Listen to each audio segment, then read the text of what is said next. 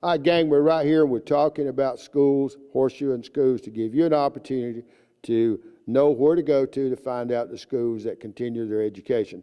Now, we're going to sum it up. We only got a short period of time left, so I'm going to give everybody a chance to just say what they want to say and about schools in general and what it means to them, the continuing education and the research center. Just anything you want to say to help the viewer.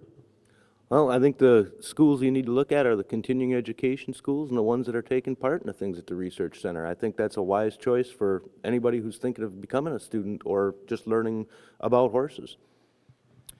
I think all schools are great, and like Kelly was saying with the continuing education, it really gives you a direction to go. Even if you hit a hard spot, you can come and get up-to-date technology and stuff like that to keep you going.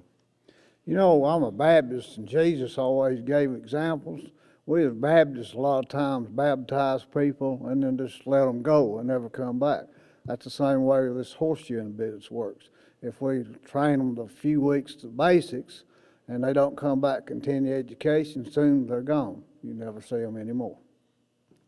Well, it's all about education. If you're going to spend money and pay to go to a school, I think you need to spend it wisely and get the best education you can, because in horseshoeing school, you're just going to learn the basic fundamental, and it's going to be up to you.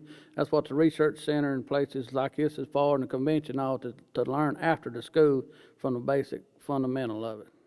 You know, I think one of the things that we've been accused of, and correct me if I'm wrong, is that the schools just run them through and run them out the other end of the door. And we've always, nobody has ever, no association or none of us ever come up with some type of continuing education or something to do. And I believe the schools that come here during the convention, the student can come back, he can meet the school owner where he went, the school owner can help him with some of his problems, and he can learn a lot. I think it's just great that the school owners are setting an example. Now, gang, we've got several schools here, 3 horseshoeing schools, and we've got a list up on the screens of the guys. And a lot of these guys are busy, and they come once a year, but we're going to give you a list right there on the screens of schools that continue their education, that come here last year and going to try to be here every year to continue their education. But right here is 3 guys that travel a long ways, and, well, except my son, he's here all the time. But anyway, hopefully he's here at least out hunting. But in any direction, our final thing I think that I would like to close with is that anything you start, you want to go through the grammar school. You just can't jump into high school before you get through grammar school.